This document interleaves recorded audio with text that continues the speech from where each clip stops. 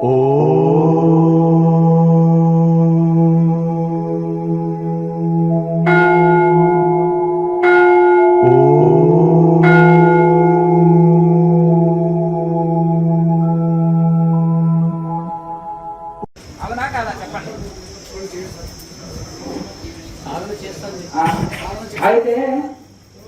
అనవసరంగా నేను మీకు సలహాలు ఇచ్చి డాక్టర్ల ఫోటో కొట్టినట్లయితే అవునా కదా?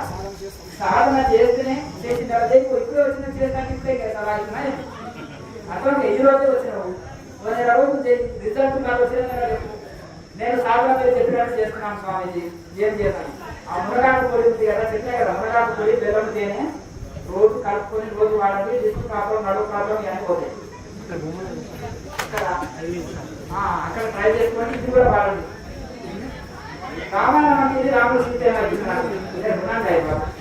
ఒకరికి చెప్పినప్పుడు నడువుకి కాలంలోకి సమస్యనే ఒక 20 గంటలు అది నేను సాయంత్రం వరకు ఇదే చెప్తుంటే ఎట్లా ఉంటుంది?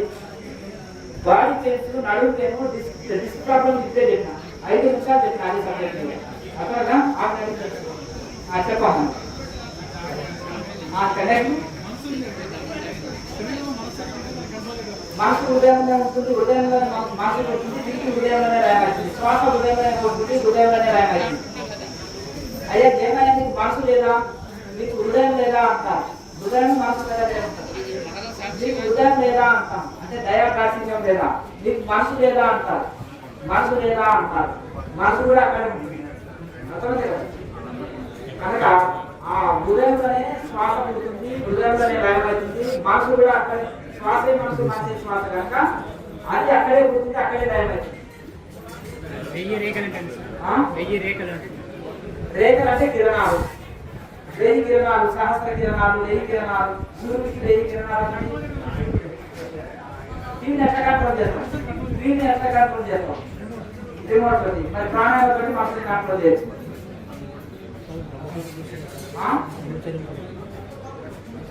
దానికి ఆహార నియమాలు బాగా పాటించాలి. సంతోషము ఆహార నియమాలు తీసుకోవాలి. అందరి భోజనాలు ఉండదు, వెల్లిపాయ తినొద్దు, చక్కటి భోజనం తినాలి, చన్నీటి స్నానం 2 పూటలు చేయాలి, నేల మీద పడుకోవాలి, ఆడంబరాలు ఉండకూడదు, ఎప్పుడు ఎడలైనా కేసీ ముద్రలు ఉండాలి, ప్రాణాయామ అభ్యాసం చక్కగా చేసుకోవాలి. దీనివల్ల బ్రహ్మచర్యము సిద్ధిస్తుంది. అంతర్లాగా నార్మల్ ఆజ్ఞ చక్రంలో కొన్ని వైబ్రేషన్, కొన్ని కదలికలు, కొన్ని లాగినట్టు వస్తాయి. సాధన రైట్ మెడిటేషన్ చేస్తున్నట్టు గుర్తు అనమాట. మనం మెడిటేషన్ కరెక్ట్గా చేస్తున్నామని అర్థం వస్తుంది. ప్రాణాయామ చక్కగా చేసినప్పుడు వస్తుంది.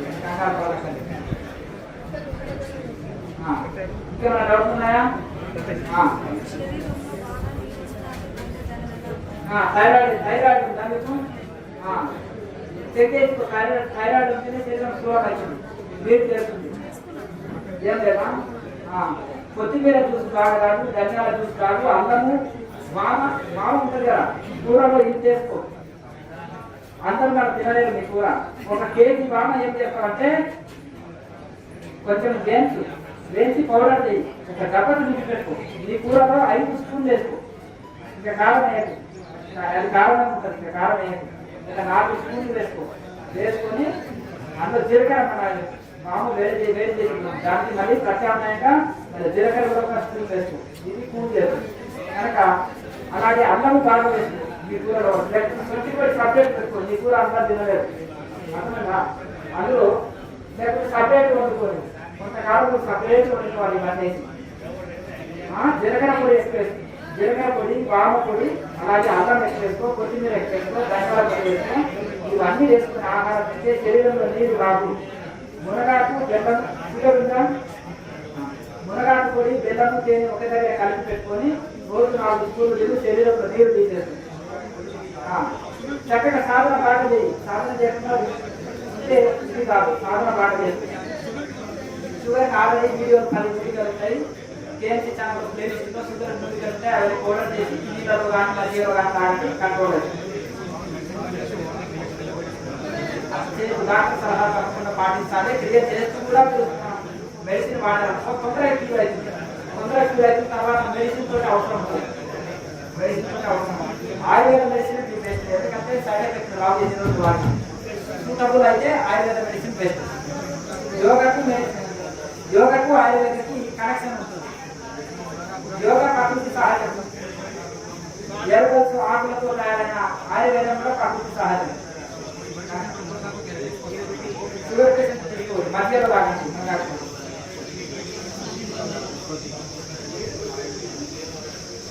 నెక్స్ట్ ఇంకేమైనా ప్రవర్తించాలి.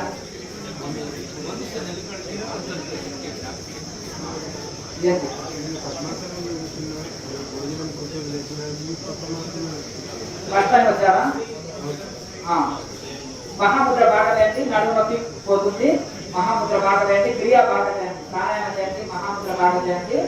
ఇవన్నీ సమస్య పోతుంది. తర్వాత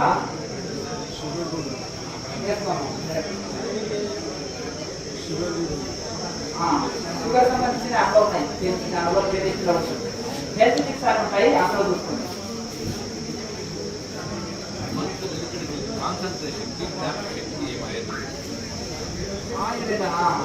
సరస్వతి బ్రాహ్మణి లేహ్యం అంటారు. సరస్వతి ఆకుపడి లేహ్యం అంటారు. బ్రాహ్మణి లేహ్యము. ఆ లేహ్యాన్ని పాత్ర వేసుకొని తాగితే చిన్నపిల్లలకి కొంతమంది గుడ్డు మాట ఉంటుంది, కొంతమంది పెద్దవాళ్ళకైనా జ్ఞాపకం తగ్గుతుంది. అది పాలు వేసుకుని తాగితే కొంచెం రిజల్ట్ ఉంటుంది. అలాగే సరస్వతి ఆకుపడి అయిన వాళ్ళు పాలు వేసుకుని తాగితే ఆవు పాలు అంటే దేశపాలి ఆవు పాలు వేసుకుని తాగితే విధానం తాగితే మంచి రిజల్ట్ ఉంటుంది. దాంతో పాటు ప్రాణాయామం చేస్తే కూడా బుద్ధిమాన్యం పోతుంది, మనో వికాసం జరుగుతుంది, జ్ఞాపక శక్తి పెరుగుతుంది. ఇప్పుడు వివేకానంద స్వామి పుస్తకాలు చదివిన అంటే 1000 పేజీల పుస్తకం చదివిన 5 నిమిషాల్లో ఏ చాప్టర్లో ఏమేమి ఉందో మొత్తం చెప్పగలిగారు. ఎందుకు? అంతటి మెమరీ పవర్ ఆయనకుంది. అందుకని స్టూడెంట్స్కి మెమరీ పవర్ పెరగాలంటే ప్రాణాయామం అభ్యాసం చేయాలి. బాగా ప్రాణం ఆయామం చేస్తాం. ఆ లోపలి తీసి దాన్ని బంధించడం లేదా దాన్ని కంట్రోల్ చేసుకుంటాం. ఆయం అంటే దాన్ని కంట్రోల్ చేసుకోవాలి. ప్రాణాన్ని శ్వాసని కంట్రోల్ చేసుకోవడమే ప్రాణాయామం.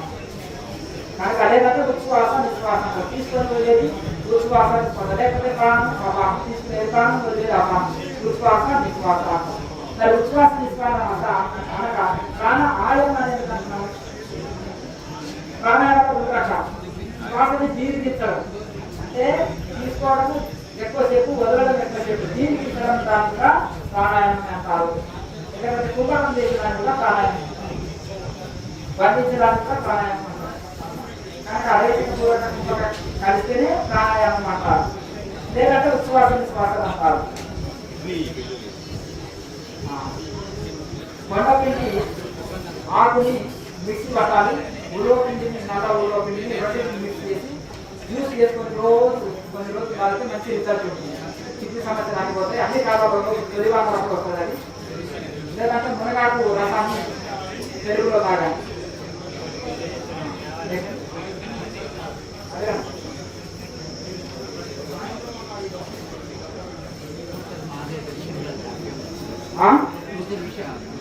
అవన్నీ వస్తుంటే సంస్కారం కృషి ప్రయత్నం చేసుకోవాలి. ఏదైనా పని కాలేదు అనుకో ఏం చేయాలి?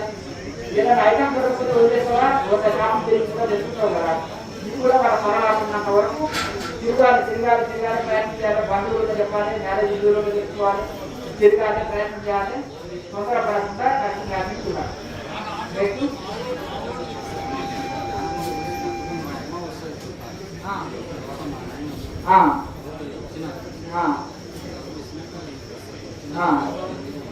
మీకు ఎవరి మీద ప్రేమ ఉందో వాళ్ళే గుర్తుకొస్తారు. అర్థమదా? రాత్రి కళలో కూడా నీకు ఎవరి మీద ప్రేమ ఉందో కొంతమందికి అమ్మనాయన మీద ఉండొచ్చు, కొంతమందికి గురువు మీద ఉండొచ్చు, కొంతమందికి భగవంతుడి మీద ఉండొచ్చు, కొంతమందికి అందరి మీద ఉండొచ్చు. మీకు ఇష్టమైన విషయాలు వస్తాయి. అంతేనా? సంతోషం. నెక్స్ట్ ఇంకేమైనా డౌట్ ఉంటే చేయొచ్చు. కానీ ధ్యానానికి సిద్ధాంతం లేదా సుఖాసనం చాలా మంచిది. వజ్రాసనం రిలాక్స్ టైం మంచిది. రిలాక్స్ అంటే ఫోన్ చేసిన తర్వాత జీర్ణం బాగా కావాలంటే వజ్రాసనం కూడా కూర్చోవాలి, జీర్ణశక్తి పెరగాలంటే. అలాగే బాడీ రిలాక్స్ కోసము ధ్యానం చేసిన తర్వాత ఖాళీ సమయంలో రిలాక్స్ సమయంలో కూర్చోవచ్చు. ఇంకేమైనా సందేహాలు ఉన్నాయా? బాగా పనిచేసిందా?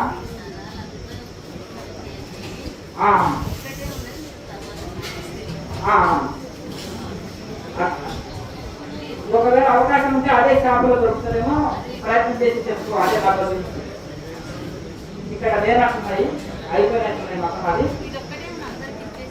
అన్ని ఇచ్చినాక లాస్ట్ మినిట్ మీకు ఇచ్చినట్టున్నాం.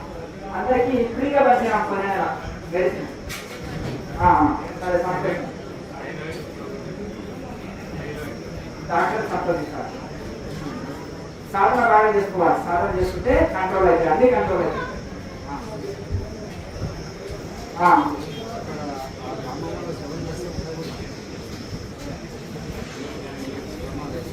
అయితే భక్తిలో కొన్ని నియమాలు ఉంటాయి, యోగులకు దాని నియమాలు ఉంటాయి. నియమాలు అంటే ఆహార నియమాలు ఉంటాయి యోగులకి. ఆహార వ్యవహార ఇవన్నీ ఉంటాయి. చనిపోతే వేరే ఊరికి వెళ్ళి ఇటువంటి నియమాలు యోగులకు ఉండవు. అటువంటి మాల వేసిన అంటే భక్తి మార్గంలో కొన్ని సదాచారంలో కొన్ని ఏడుపు దూడుకులు ఉంటాయి, అవన్నీ ఉంటాయని కొన్ని మడి కట్టుకోవడం అంటారు. అర్థమైందా? బ్రాహ్మణులు మడి కట్టుకున్నట్టు మాల వేసుకున్న వాళ్ళు కూడా మడి కట్టుకుని అవి ఆచారాలు చేస్తారు. కాబట్టి అందులో ఉంటాయి కానీ యోగ మార్గంలో ఉండవు. ఇలా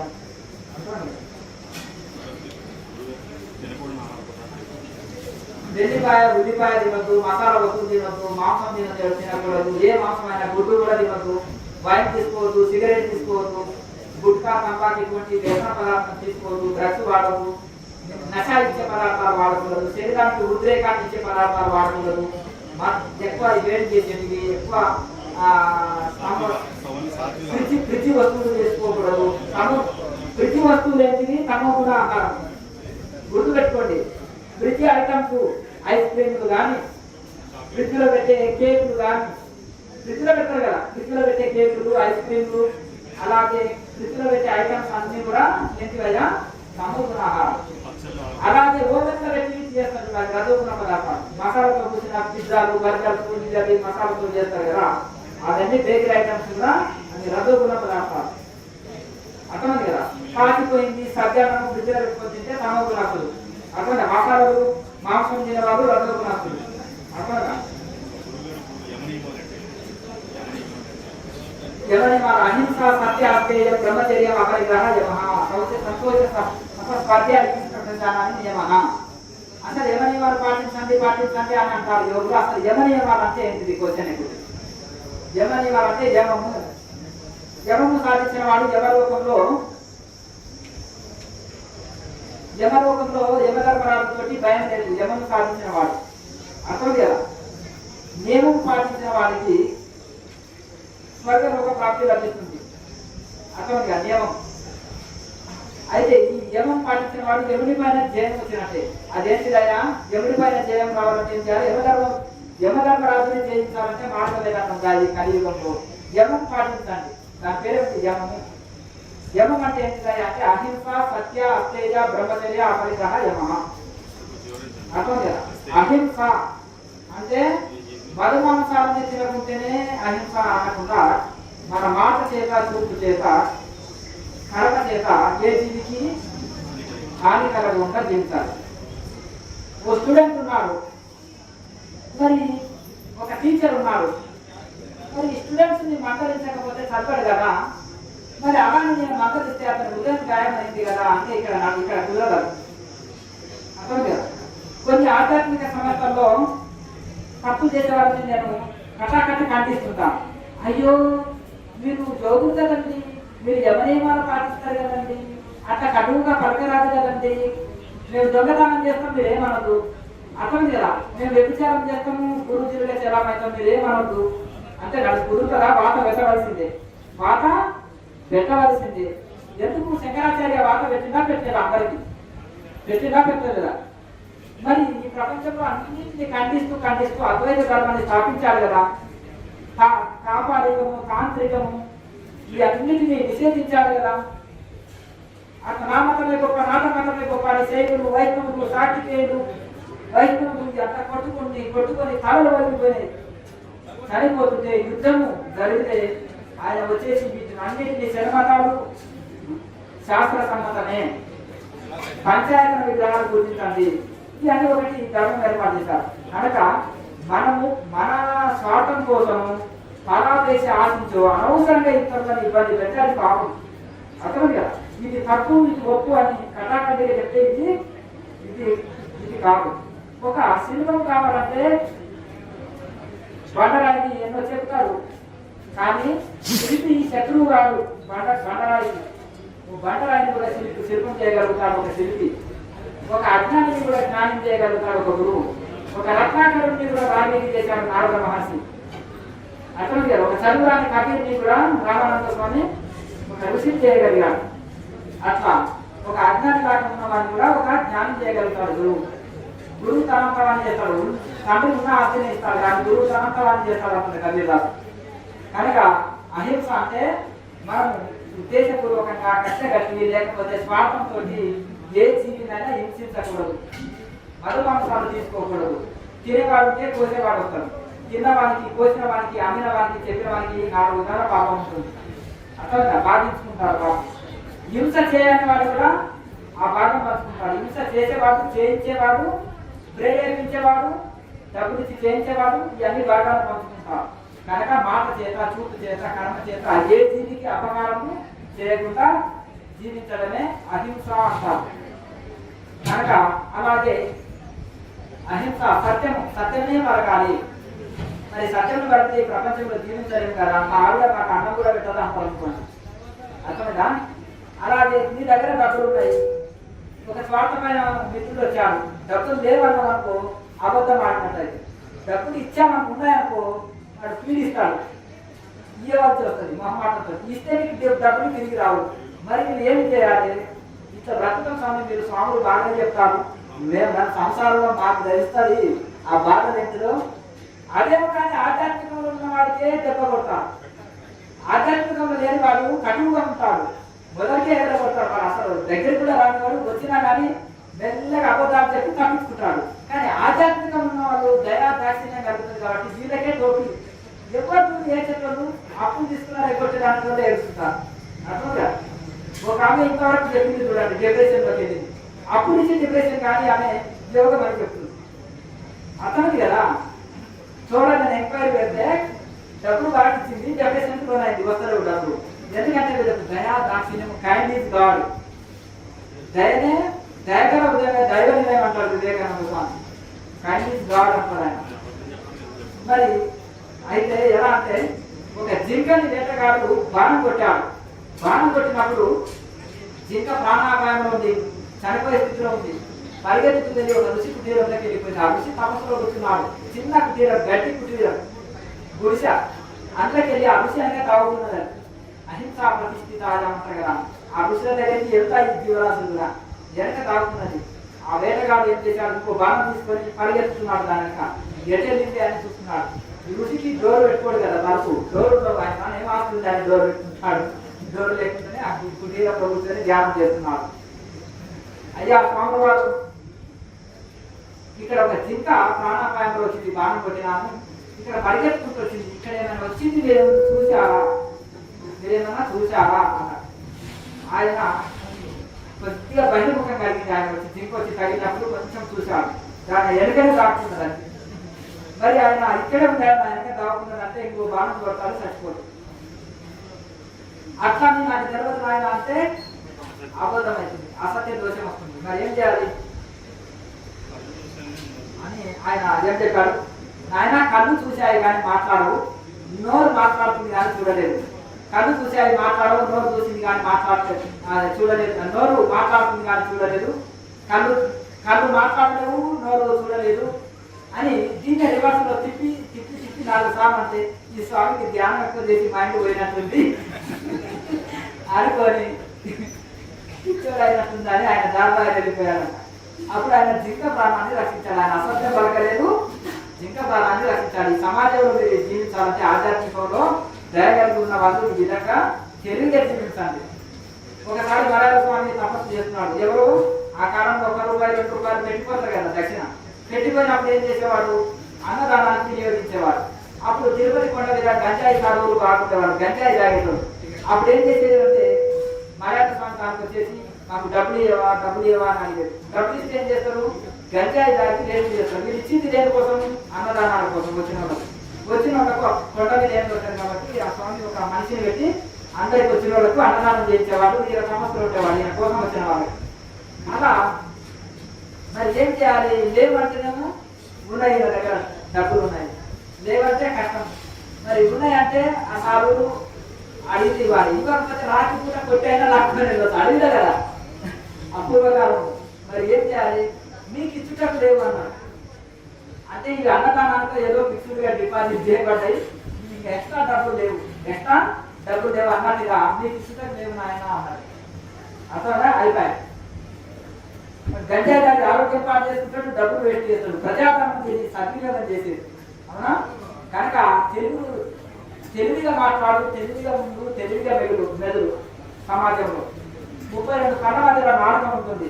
నాటకం ఎంత తెలివిగా ఉంటుంది? ఏ పన్ను కింద పడ్డా నలిగిపోతుంది, కానీ ఏ పన్ను కింద పడదు. మాట్లాడేటప్పుడు మంచి నాట్యం ఆడుతుంది, నోట్లో నాట్యం ఆడుతుంది, కానీ ఏ పన్ను కింద పడదు.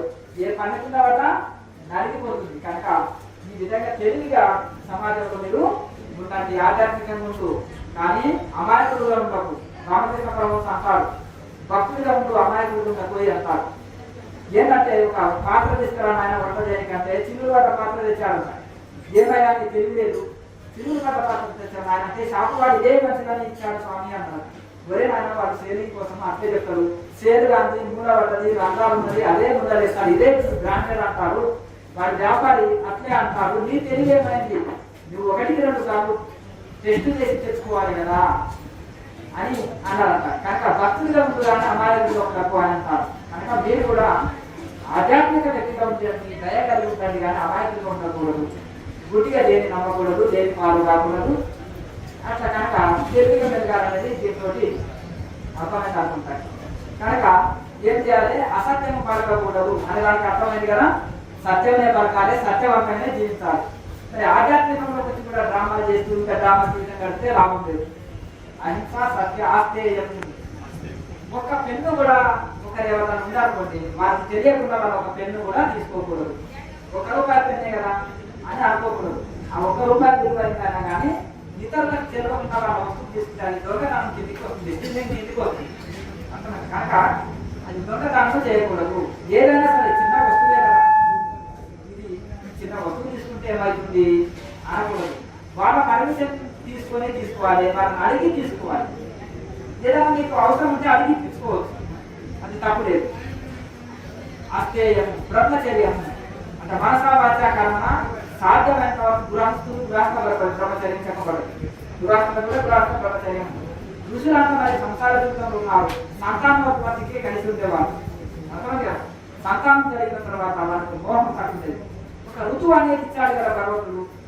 ప్రతి జీవి ఈ ప్రపంచంలో కుక్కలు ఉన్నాయి, గాడిదలు ఉన్నాయి, పందులు ఉన్నాయి, సింహాలు ఉన్నాయి.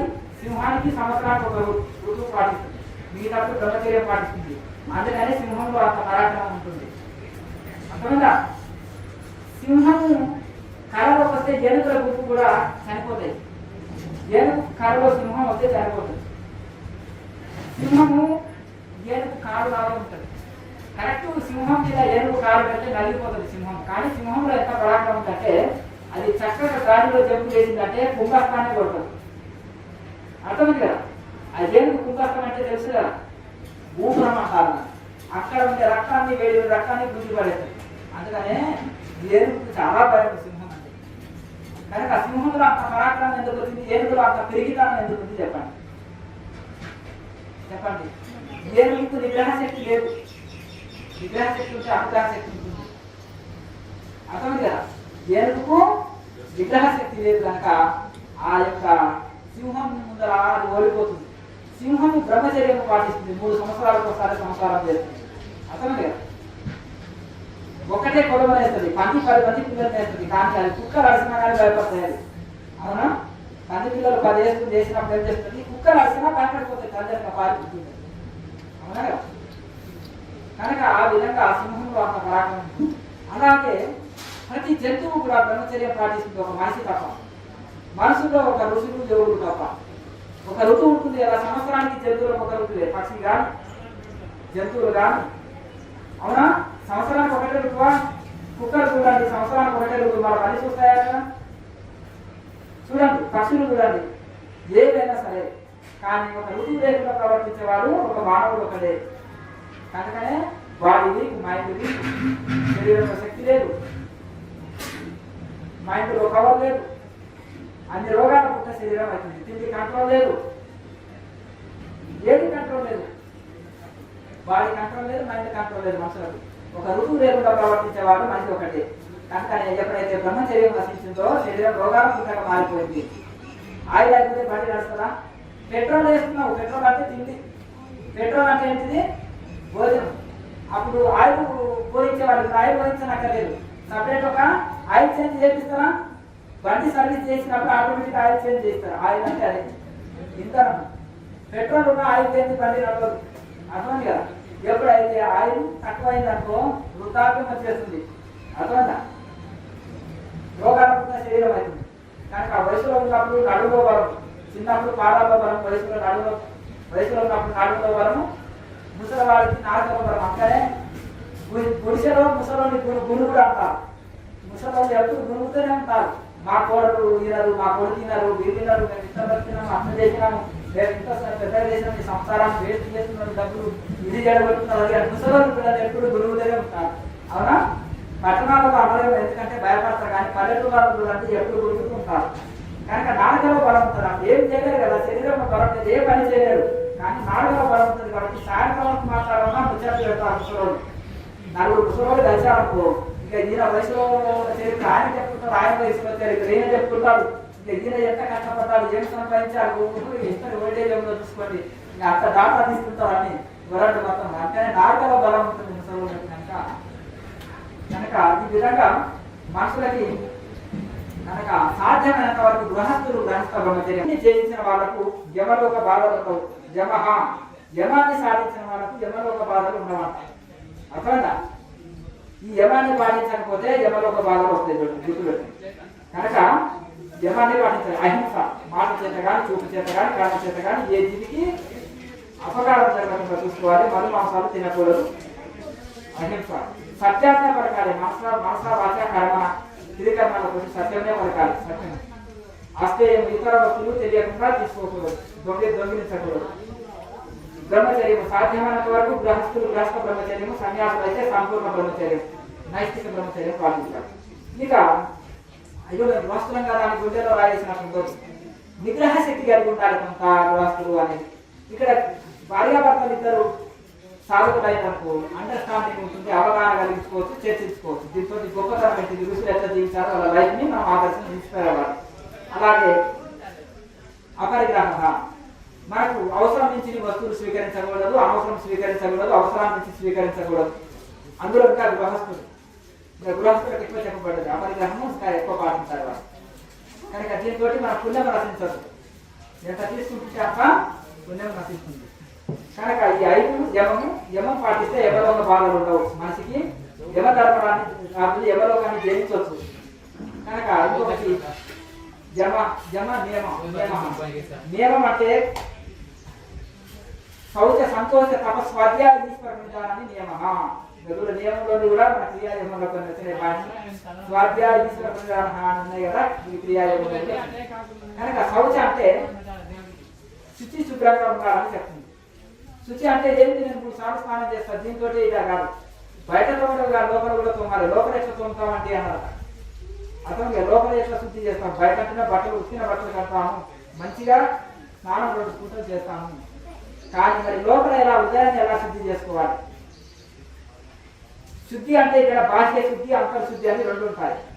ఉత్తిన బట్టలు కట్టడం, మంచిగా స్నానం చేయడం, శుచి శుభ్రంగా ఉండడం బాహ్య శుద్ధి. బాహ్య శుద్ధి ఇప్పుడు బాగా పాటిస్తున్నారు. పూర్వకాలం కాదు, వాటర్ కొరత ఉంది, సబ్బులు లేక పూర్వకాలంలో కొరత ఉంది. కానీ ఈ కాలంలో బాహ్య శుద్ధికి ఏ కొరత లేదు, హృదయ శుద్ధికి కొరత ఉంది. అవునా? హృదయ శుద్ధి ఏంటంటే దయా దాక్షిణ్యం, ప్రేమ, కైండ్ ఇస్ గాడ్. కనుక దయా దాక్షిణ్యం కలిగి ఉండాలి. అయితే ఈ సమాజంలో బతకాలంటే 4 రకాలు ఉండాలని పతంజలి మహర్షి చెప్పారు. నారాయణ స్వామి తిరుపతి గోకర్ణంలో కఠోర తపస్సు 12 సంవత్సరాలు చేసి మరి ఒక ఆశ్రమం కట్టాలని ఆయనకు సంకల్పం కలిగింది, లోక సేవ చేయాలని. కానీ మనలో ఒకటి ఆలోచన ఉంది ఆయనకి, తమోగుణస్తులని మదలించాలి, రజోగుణస్తులని బుద్ధగించాలి, సత్వగుణస్తులని ప్రేమగా చూడాలి. మరి 3 రకాలుగా వర్తిస్తే అయ్యో మీరు ఋషులు అంటారు, అందరినీ సమానంగా చూడాలి కదండి, ఒకరినొకరాటి ఎలా చూస్తారు, భేద బుద్ధి భేద బుద్ధి అజ్ఞానం, అభేద దృష్టి జ్ఞానం అంటారు కదా అని అంటారు కదా. ఆయనకు ఎందుకు మరి ఎట్లా మఠం కట్టినప్పుడు మరి ఇన్ని రకాల పరిస్థితులు వస్తాయి సమాజంలో అని ఆయనకు ఒకటి వచ్చిందంట. అదే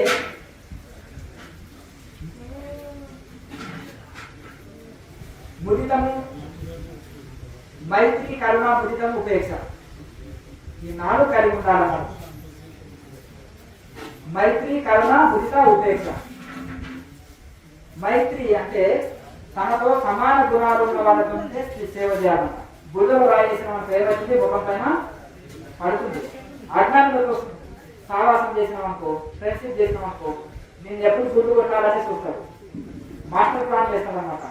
ఇతని దగ్గర జ్యోతి ఎట్లా కాల్ చేయించాలి అనేది బాగా పొగుతాడు. గాలి మీకు బ్లాడ్ ఉడికిపోతుంది. అజ్ఞానికి అయితే తొందరగా బ్లాడ్ ఉడికిపోతుంది. ఓహో ఈయన నాకు గాలి కొడుతున్నాడు అంట, అవునా అని మనం ఏం చేయాలంటే ఆధ్యాత్మిక వ్యక్తి పడిపోడు. కానీ మామూలు వాళ్ళు పొగిడితే మాత్రము ఇంద్రుడి చంద్రుడు అంటే పొంగిపోతారు, బ్లాడ్ ఉడికిపోతుంది. అలా కాకుండా ఈ విధంగా మనం సమాన గుణాలు ఉన్న వాళ్ళైతే స్నేహం చేయాలి అట్లా. అలాగే ఇప్పుడు అందరూ ఒకే సాధన చేశారనుకో, ఒకే సాధనకు ఫ్రెండ్షిప్ చేశారనుకో ఏమైతుంది? చెడని స్నేహం, ఆధ్యాత్మిక స్నేహము చెడని స్నేహం, భౌతికమైన స్నేహం లావాదేవీల మీద ఆధారపడి ఉంటుంది. అవునా కదా? ఎవరన్నా 4 సార్లు అడిగినప్పుడు ఇయ్యలేదనుకోండి, ఫ్రెండ్షిప్ కట్టు అంటారా కదా. అలాగే ఈ వ్యవహారాలు అక్క చెల్లెళ్ళు కూడా చూడాలి, ఇచ్చి పుచ్చుకోవాలి. అన్నదమ్ములు కూడా చూడాలి, ఇచ్చి పుచ్చుకోవాలి. లేకపోతే ఫ్రెండ్షిప్ కట్టు. ఇవన్నీ లావాదేవీల మీద ఆధారపడే ప్రేమలు నిజమైన ప్రేమ కాదు, డ్రామా అంతేనా కదా, నాటన ప్రేమ. కనుక ఈ విధంగా మరి మైత్రి ఎవరితో అయ్యా అంటే ఇద్దరు ఫిర్యాదు ఎవరు స్నేహం చేసినప్పుడు ఒకరికొకరు షేర్ చేసుకుంటారు, ఒకరి అనుభవాలు ఒకరిని చూసి ఒకరు ఇన్స్పిరేషన్ పొందుతారు, ఒకరికొకరు చెప్పుకుంటారు, సాధన ముందుకు సాగుతుంది. అర్థమైంది కదా. సాధకులతో పరిచయాలు పెంచుకోవాలి తప్ప భౌతికలతోటి కాదు. కనుక ఆ విధంగా తనతో సమాన గుణాలు ఉన్న వాళ్ళ ఎందుకు స్నేహం చేస్తే అది చెడని స్నేహం, చెడని పదార్థం. మిగతా స్నేహాలు లేవు. ఈ స్నేహం స్థిరకాలం ఉంటుంది. ఒకసారి స్నేహం చేసినట్టే చనిపోయేంత వరకు ఈ స్నేహం తెలుస్తుంది, మిగతా స్నేహాలు నిలబడవు. కనుక మైత్రి, కరుణ అంటే ముదితం అంటే తనకంటే గొప్ప ఋషులను చూసినప్పుడు ఆనందపడాలి, ఓర్వలేని స్థానం ఉండకూడదు. ఎవరైనా ధనం చూసినప్పుడు మనం ఓర్వలేని స్థానంలో ప్రవర్తిస్తారు కొంతమంది, అంతేనా అలా ఉండకూడదు. కానీ గొప్ప ఋషులను చూసినప్పుడు మనం ఆనందపడాలి. వాళ్ళ త్యాగము, వాళ్ళ యొక్క సేవ అవన్నీ చూసి, అంటే సాధకుల గురించి చెప్తున్నా, గొప్ప గొప్ప ఋషులు గొప్ప గొప్ప వ్యక్తులను చూసినప్పుడు ఆనందపడాలి. వాళ్ళ మంచితనాన్ని మనం గుర్తించే మంచి మనసు మనకు ఉండాలి. దీన్ని ముదితం అంటారు. అలాగే కరుణ, దయాదాక్షిణ్యంలో అంటే కొందరు దుఃఖంలో ఉన్నారు, చాలా కష్టాల్లో ఉన్నారు, కానీ మనం సహాయం చేసే శక్తి మన దగ్గర లేదు, కానీ దయ కలిగి ఉంది. అయ్యో భగవంతుడు వీళ్ళకి ఇన్ని కష్టాలు ఇచ్చాడే, వీళ్ళ కష్టాలు భగవంతుడు తొలగిస్తే బాగుంటుంది అని మనసులో అనిపిస్తుంది కదా నీకు. అక్కడే దయ నీలోన ఉత్పత్తి అయింది. అర్థం కదా. బాగా అయింది ఇతనికి అని అంటే వరకు నువ్వు నిర్దాక్షిణ్యము, నీ హృదయం కఠినంగా ఉంది.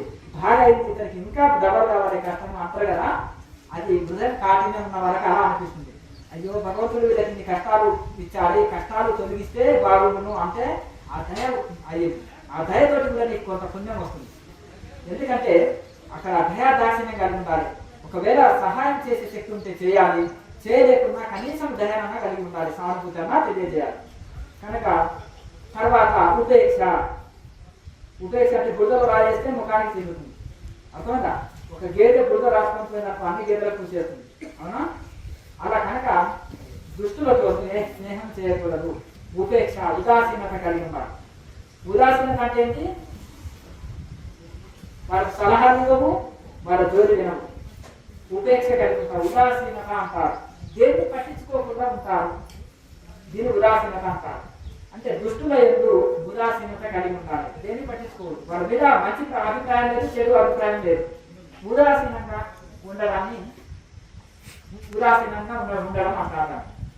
అలా ఉంటే సమాజంలో అపాయం లేదు.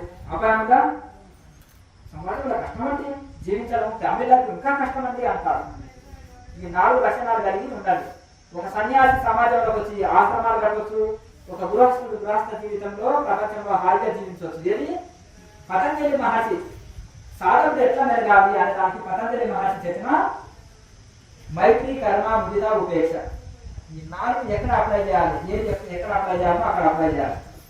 ఏది ఎప్పుడు కలిగి ఉండాలో అప్పుడు కలిగి ఉంచి దీని ప్రకారం జీవిస్తే సమాజంలో జీవించి కూడా అందరిలో ఉంటాము, అందరికంటే బాగుంటాం. అందరికంటే బాగా ఎట్లుంటాము, జ్ఞానంతో ఉంటాం కాబట్టి అందరిలో ఉంటాం, అందరికంటే బాగుంటాం. అందరిలో ఉండి జ్ఞానం లేదంటూ అందరూ ఏడుస్తుంటారు, మనం ఏడుస్తుంటాం. అంతేనా? అయితే ఇప్పుడు మనం నియమం చెప్పుకుంటున్నాం. జన్మం అయిపోయింది నియమం. శౌచం అంటే బయట శుద్ధి కాదు, శుభ్రతనే కాకుండా లోపల శుభ్రత కూడా, హృదయ శుద్ధి కూడా ఉండాలి. హృదయ శుద్ధి ఎట్లా అవుతుంది? సాధన చేస్తే హృదయ శుద్ధి అవుతుంది, దయ దాక్షిణ్యం కలిగి ఉండగలుగుతాం. కనుక శౌచ బయట శుభ్రం, లోపలి శుభ్రం రెండు కాదు. శౌచ సంతోషం ఎప్పుడు హ్యాపీనెస్ ఉండాలి. సంతోషంగా ఉన్న వాడికి ఏమి లేకున్నా సంతోషిస్తారు. కానీ బ్రహ్మాండమంతా రాసిచ్చిన నా జీవితంలో సాటిస్ఫాక్షన్ లేదండి, ఎంత సంపాదించినా ఎంత అనుభవించినా అని వృత్తులను కూడా అడగండి, నేను ఏం సుఖపడలేదండి జీవితంలో, ఏం చేస్తే సుఖపడతారు? ఇంకా నా జీవితంలో సుఖమే లేదండి, తల్లి గారి అంటే అత్తగారి తిందే అంతే. మరి మగవాళ్ళు కూడా అంటారు, నా జీవితంలో ఏమి సుఖం లేదండి, చాలా కష్టపడి సంపాదించినానండి అంటారు వృద్ధులు కూడా. మరి సుఖం అంటే ఎక్కడ ఉంది అనుకుంటున్నారు? సుఖం అంటే ఏంటి అనుకుంటున్నారు? ఇంద్రియాలతో అనుభవించేదా? కన్ను, చెవు, ముక్కు, నాలుక, చర్మం వీటితో అనుభవించే సుఖం అనుకుంటున్నారా? ఇది లౌకిక సుఖాలు, భౌతిక సుఖాలు. వీటికంటే అలౌకికమైన సుఖం ఒకటి ఉంది. అలౌకిక సుఖం పొందలేకపోతే నా జీవితం అని ఏడవండి. ఆ దైవ సుఖాన్ని పొందలేకపోతేనే భగవద్గీతలో చెప్పిన అక్షయ సుఖం అంటున్నారు, తరగని సుఖం. అది పొందలేకపోతేనే బ్రహ్మానంద రూప సుఖం అని ఋషులు చెప్తున్నారే, ఆ ఋషులు పొందిన బ్రహ్మానంద రూప సుఖాన్ని నేను పొందలేకపోతున్నాను ఏడవండి.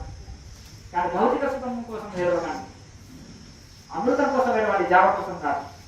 కనుక మనుషుల క్రిముల సుఖానికంటే జంతువుల సుఖానికంటే పక్షుల సుఖానికంటే జంతువుల సుఖానికంటే మానవ సుఖం గొప్పది. మానవ సుఖానికంటే దేవతల సుఖానికంటే ఇంద్రుడి సుఖం గొప్పది. ఇంద్రుడి సుఖానికంటే బ్రహ్మ సుఖం గొప్పది. ఆ బ్రహ్మతో సమానమైన సుఖాన్ని యోగి అనుభవిస్తాడు కనుక దాన్నే బ్రహ్మ సుఖము, బ్రహ్మానంద రూప సుఖము అంటారు. ఒకదానికంటే ఒకటి గ్రేట్ కనుక అది ఫైనల్, ఇంకా దానికంటే అవతల చెప్పడానికి లేదు. అంతేనా? కనుక ఆ విధంగా మరి సంతోషంగా ఉండాలి సాధకులు ఎప్పుడే కానీ. అర్థమైంది కదా? సంతోషం లేదనుకోండి, వ్యక్తి ఉందనుకోండి, ఇక ఇంకేదో కావాలి కావాలని అనుకుంటాం అనుకోండి, ఇంకా శాంతి లేదు మనిషికి. నాకు అన్ని ఓకే, ఏదైనా ఓకే, నేను అనుకున్నది అయినా ఓకే, కాకుండా ఓకే, నాకు ఏదైనా ఓకే జీవితంలో అనుకుంటే అప్పుడే హ్యాపీ, నిజమైన హ్యాపీ ప్రారంభమవుతుంది. కనుక సాధకులు ఎప్పుడు సంతోషంగా ఉండాలి. శౌచ సంతోష తపస్సు అంటే ధ్యాన యోగం, భగవంతుడి కోసము తప్పించి, ఆత్మ ప్రాప్తి కోసం తప్పించి చేసే ధ్యానం తపస్సు అంటారు. శౌచ సంతోష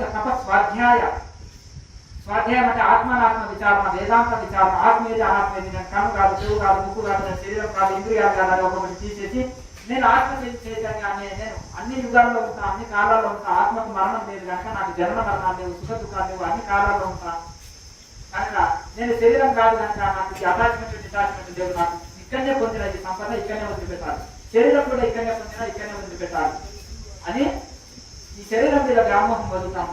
విచారణ చేసి దీనితోటి జ్ఞానం వస్తుంది. స్వాధ్యాయ ఈశ్వర జ్ఞానాన్ని, భగవంతుని శరణం కావాలి. శరణాగతి అవడమే నిజమైన భక్తి. శరణాగతి కలిగి ఉంటారు. దీన్ని ఏమంటారు? నియమ అంటారు.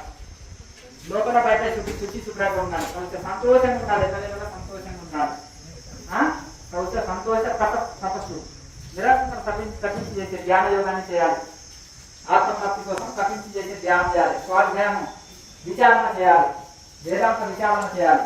ఈశ్వరంగా భగవంతునికి శరణాగతి కలిగి భక్తి కలిగి ఉండాలి, శరణాగతి కలిగి ఉండాలి, భగవంతునికి పూర్తి శరణ కలిగి ఉండాలి. ఇది నియమం కలిగిన వాళ్ళకు స్వర్గలోక ప్రాప్తి లభిస్తుందన్న. జస్ట్ నియమం కలిగి ఉంటే అర్థమంటా. యమము చేస్తే యమలోక బాధ లేదు, యముని జయిస్తాము, యమలోకాన్ని జయిస్తాం. నియమం కలిగి ఉంటే స్వర్గలోకాన్ని జయిస్తాము, స్వర్గలోక ప్రాప్తి కలుగుతుంది. ఇక నాకు ఏది అక్కర లేదు అనుకుంటే డైరెక్ట్ మోక్ష స్థితిని కలుగుతాం. ఇది బేసిక్ నియమాలు. అన్ని కూడా సాధకునికి కావలసిన యమ నియమాలు, పిల్లర్స్ లేని బిల్డింగ్ నిలవదు.